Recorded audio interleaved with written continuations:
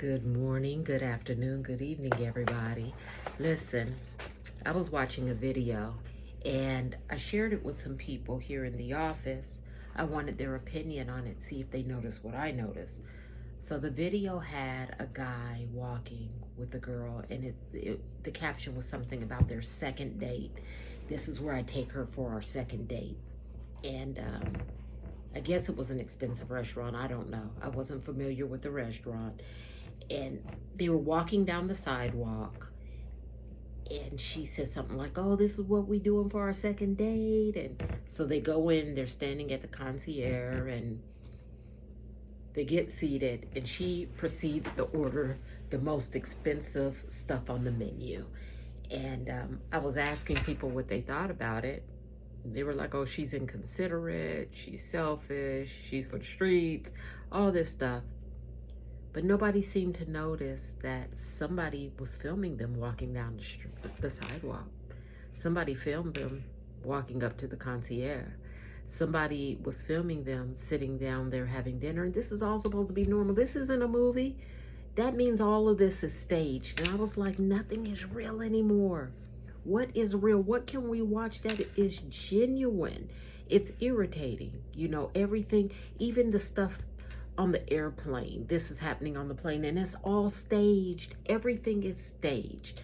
And so one of the young ladies was like, Miss Sonia, you have some crazy stories in your books. You have some crazy stories. You should do story time.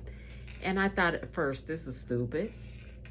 This is stupid. But then the more she talked to me about it, I thought this is maybe a good idea. I'll have story time. So, for the foreseeable future, I'm going to give you guys a story a week, I think. And I'm going to start with the club fight. If you know me at all, oh, and let me say, if you've watched any of my previous videos, you know I keep them clean. I talk about my love for the Lord. I speak about my humanitarian efforts, everything I'm doing for the homeless, my business, led by Motivation Organization, how I help the needy, the hurting, the disenfranchised, whomever I can help, I do so. These aren't that. These aren't that. I might even have to age restrict them depending on my language. Don't judge. This is my past. This is my past. So there's no room to judge. Everybody has one. But I'm going to start with the club fight. So I was stationed at Fort Leonard Wood, Missouri, and I was married. It's my first husband, right? It was my birthday. It was my birthday, and a whole crew of us were going to go out. Me, a friend of mine named Juicy, who, if any of you know me personally, you know her. Her name's Joanne. This girl named Brenda. Just a whole bunch of us went out for my birthday. I think we were 17 deep, leaving from my house on base to go to the club on base. It was called the NCO Club. And so we get there, and I had talked, one of my neighbors, her name was Meryl, and I'm using real names. I talked to her, you know, you want to go? You can go. So she finally decided she wanted to go. And we all get to the club, and we all find an empty table. The guy might have gave us an empty table. I was well known at the club back then. I used to dance a lot. They used to have a lot of dance contests at the club on base, and I'd enter and I'd win. I was a hell of a dancer. So we all ended up in this really long table, all of us. And there were more people sitting at the table. I think some people met us there as well. And the girl who, from across the street, Meryl, her husband was there with one of his side chicks. So she looks embarrassed. I look embarrassed for her, as some of us did, but none of our business, right? So eventually, he's looking mad. The girlfriend's looking mad. I'm enjoying myself. It's my birthday celebration. We're having a good time.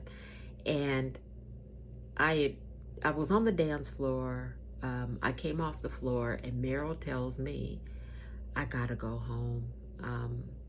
Her husband had told her she needed to leave. Now, mind you, he's there with another chick. He told her she needed to leave, and she's telling me she's got to go. And I was like, oh, all right then, you know, sorry.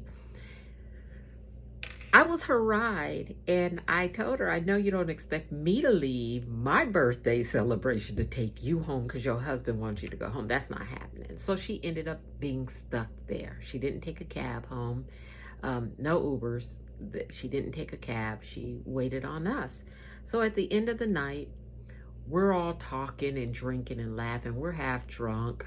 I think there were some 40-ounce bottles. They were either in my car, because, you know, we were drinking on our way there, or they were in front of my car, next to my car. Anyway, somehow we ended up with two 40-ounce bottles, and I told Merle to go put them in the trash. I was like, go put them in the trash. Little did I know her husband was already in the parking lot with the girl sitting in his truck, perpendicular to my car. So he's in front of me, but over a little bit. So Merle takes those to the trash. We're out there having a good time. We're talking. Some of them decided to go back to my house. We all get back in my car, the ones who are in my car. And some people follow me. We all go back to my place. Not all of us, not all 17, but some of us do. Merle goes home.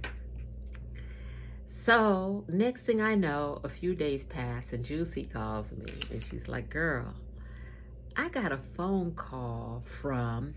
It was the chick who was in the car with Merle's husband, the side chick. And she wanted to know who you were. And she was talking about beating your ass. And I laughed, like I laughed. I said, oh yeah. And she said, yeah, she's talking about coming down here. She lived in a place called Jefferson City. It's about an hour from where we lived. She was talking about setting you up. So she wants me to set you up so they can jump you. I was like, word, okay, well, set it up. And Joanne's like, what? I was like, yeah, set it up, let me know. Say whatever you need to say so she'll think that whatever she needs to think about you being on her side. So Joanne sets it up. So the day that they're gonna jump me, Joanne tells me the day, time, and the girl thinks Joanne's going to help them jump me. I don't know what made her think that. I don't know. I don't know what kind of relationship her and Juicy had. And I might say Juicy, I might say Joanne, same person. I don't know what kind of relationship they had, how she even knew her, because the girl lived an hour away. But it is what it is. So I get to the club that night, and I wore something I call stump boots, but they're almost like combat boots. All black, heavy sole, lace-up boots. I had on a pair of jeans, a black leather jacket with pockets in the front, hood. And I go and I have me a good time. Even at one point, she was on the dance floor, the girl from Jeff City, and I went and I was dancing right next to her. I don't even remember if I had a partner or not. I was just having a good time.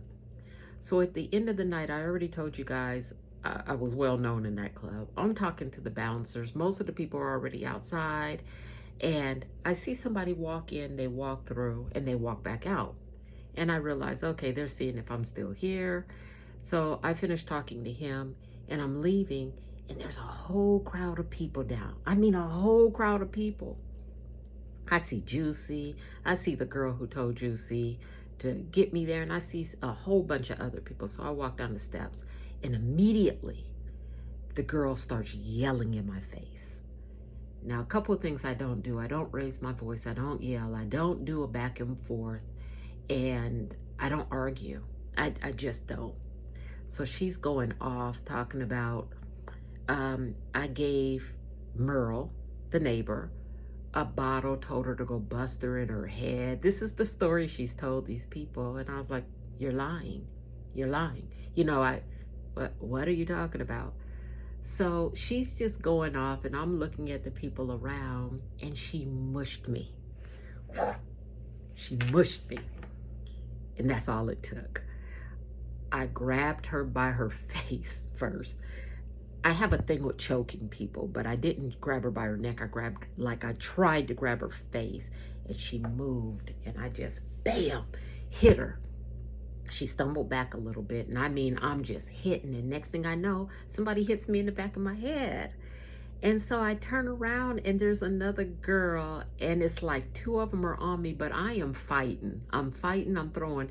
I don't scratch, I don't pull hair, I don't bite. I throw punches.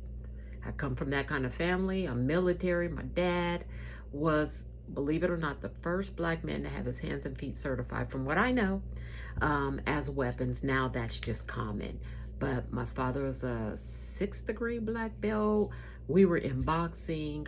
I can fight. I can fight.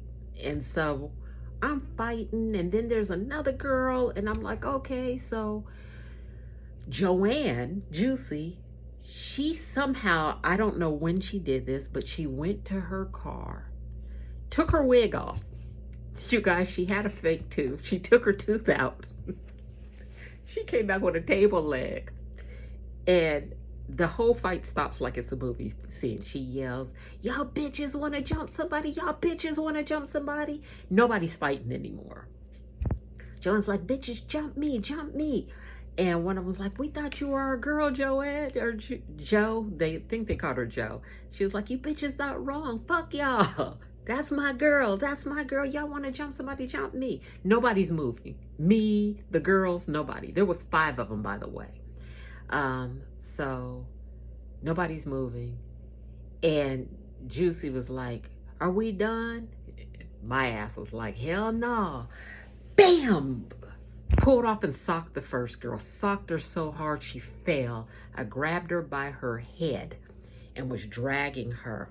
She managed to get on her feet somehow, and I rammed her head into somebody's car. I heard somebody yell something about their car. I didn't care. I rammed her head into that car again. Went to the second girl. You guys, this is verifiable. Went to the second girl, and somehow we got to tussling, but the fight got broke up. The first girl and another girl ended up in the hospital. I don't remember doing anything with this other girl. I know she had a bottle at one point in her hand, and the bottle ended up getting broken, and she ended up getting stabbed with it. I don't remember doing that. I don't remember doing that. But I know the first girl, she had to go to the hospital, and that girl had to go to the hospital. Let's fast forward. We end up at Waffle House, and the girls were there. And we get into it again at the Waffle House. That's the place. That's the place. They were trying to leave, but I wasn't going for it. I seen them. Yeah, you're not getting up out of here. Y'all were down with the shit. So let's get down with the shit. That ended up getting broken up really, really quickly. Let's fast forward.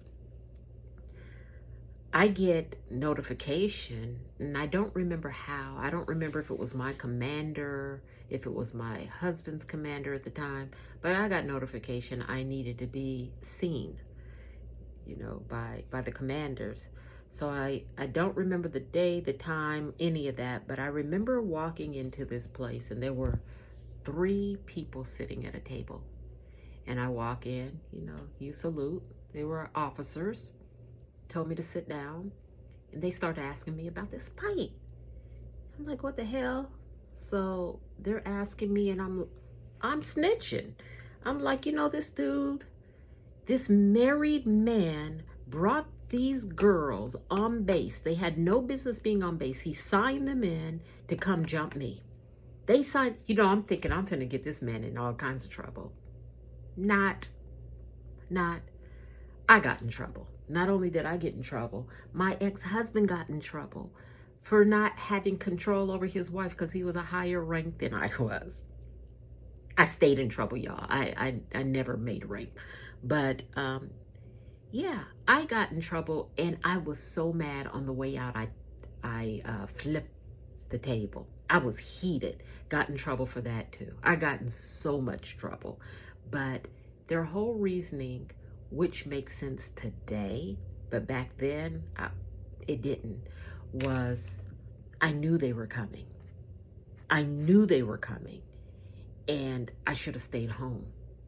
I shouldn't have had it set up. I should have stayed up. I didn't even tell them about the setup, but I should not have went knowing they were coming and knowing why they were coming. But because I chose to go, and I chose to go specifically to fight, because I didn't run away from that, I was at fault and I got in trouble. He got in no trouble for bringing these girls on base. I was so heated, you guys, when I left there. I was crying. And there's nothing worse than me crying because I'm not a crier. But I was crying. I got home, I got Billy. And if you don't know Billy, Billy is my bat. I walked across the street. I was knocking on Merle and her husband. I don't remember her husband's name, but I was knocking on their door. They were home. They were home. Nobody opens the door. I knock, knock, knock. Nobody answers. So I bust out their kitchen window. I'm gonna crawl through the damn window. I'm getting in the house one way or another. I didn't break it just to break it. I broke it to get in. I'm not one to break, scratch cars, none of that. It is what it is. So me and Billy were gonna get in that house one way or another. If you're not gonna let me in the door, I'll come through your window. They called the police on me. So now I'm even in more trouble. So point of this story is, number one, it is true. It's in my book, Vanessa's Choice. And there's even a video that circulated years ago with Juicy Joanne telling the story at a book signing of mine. So the moral of the story is, yeah, if you can avoid a fight, avoid a fight. But it was a good fight. It was a good fight, and I left unscathed. I don't think I got hit one single time. Oh, there is one more thing. So before the fight, there were a bunch of us at my house. It was me, a girl named Kim, a girl named Brenda, Juicy, and I think somebody else was there. And they were like, yeah, there's gonna be 5 of them. Sonia, you could fight the main girl. And Juicy was like, I'll fight too. Brenda was like, I'll fight too. Kim was clear. I don't fight. I won't be there. I won't be there. And you got to respect that. Kim was like, yeah, I can't fight. I don't fight. I won't be there. No problem, Kim. We get it. And I don't remember the other girl. I know there was another girl there. So the night of the fight, they chased Brenda before I even got outside. And they caught her. And they pulled out a whole bunch. She had micro braids. They pulled her braids out at the scalp, beat the hell out of her. She ended up going to the hospital. She got mad at me, and we were never friends again. But girl, you should have done like Kim and said, I can't fight, I'm not going. What you running for? Why are you running away from everybody when people who could have had your back were probably there, you know? But yeah, that messed up that friendship. We never were friends again. She went to the hospital. I think she even tried to sue me for her medical. The other 2 girls who did go to the hospital did both sue me for their medical. I did have to pay. I had to pay for their medical, which incited me. So yeah, I'm positive if I would have seen those girls again, y'all probably wouldn't be listening to this way. You would be hearing it a different way because my temper back then was just out of control. But that's my first story. That's the fight at the NCO Club, Fort Leonard Wood, Missouri, years ago, you guys. So join me next week. I'll tell you another fighting story, and then we'll move on to the next phase. But have a good day, and keep your hands clean.